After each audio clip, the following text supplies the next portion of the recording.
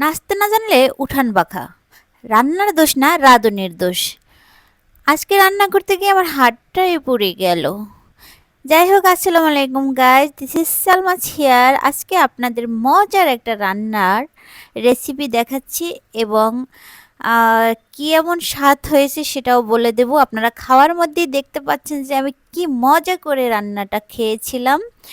অবশ্যই এটা সবাই চিনেন, কম বেশি সবাই খেয়ে থাকেন, বা কার অঞ্চলে কী নাম সবাই কমেন্ট বক্সে লিখে দিবেন। আমার বরিশালে এটাকে মোচা বলে, কলার মোচা। আজকে আমি একটা কলার মোচা নিয়ে আসলাম, অনেক বড়।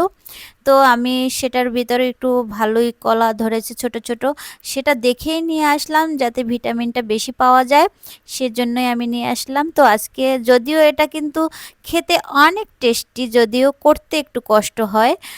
তার উপরে তো কষ আসি, এই কষগুলো দেখেন আমার হাতের অবস্থা একদম বেহাল হয়ে গেছে। তো তারপর মনে আসলো যে কষ ছাড়ানোর জন্য তো একটু সরিষার তেল হাতে দেওয়া যায়। তারপরে যে সরিষার তেল নিয়ে এসে আমি হাতে মেখে নিলাম।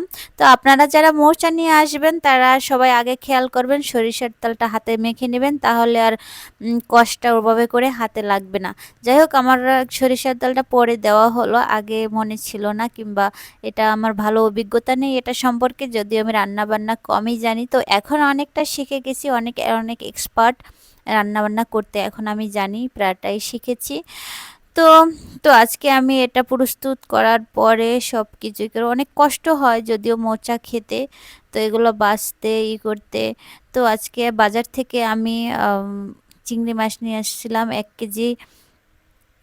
তো সেগুলো দিয়ে এটা আমি মজা করে আজকে ভাজি করব। এই জন্যই যাই হোক, কষ্ট হোক আর যে হোক, চিন্তা করলাম তারপরও আমার এটাকে খেতে হবে এবং ভালো করে ভাজি করতে হবে, কারণ প্রত্যেকটা জিনিসই মানুষের শিক্ষা রাখা উচিত।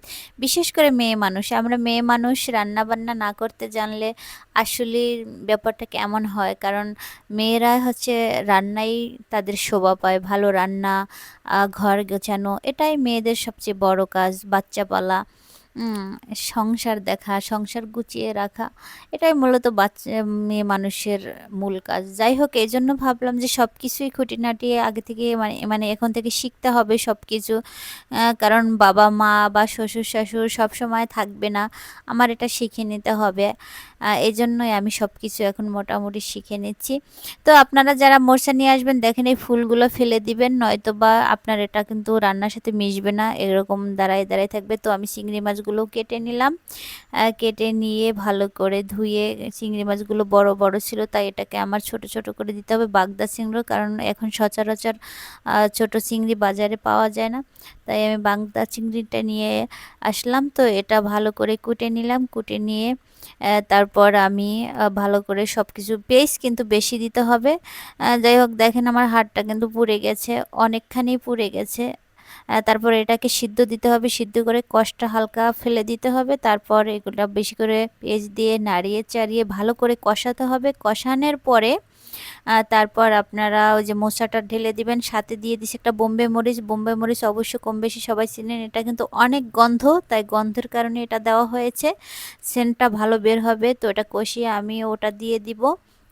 দেওয়ার পরে আপনি হালকা পানি দিয়ে দিবেন, হালকা পানি দেওয়ার পরে এটাকে ঢেকে দিবেন। ঢেকে মশলাটা যখন ঢুকে যাবে তারপর এটাকে নেড়ে চেড়ে ভালো করে উঠিয়ে ফেলবেন, দেখবেন সেই স্বাদ। দেখেন প্রস্তুত করা হয়ে গেছে। ধন্যবাদ সবাইকে।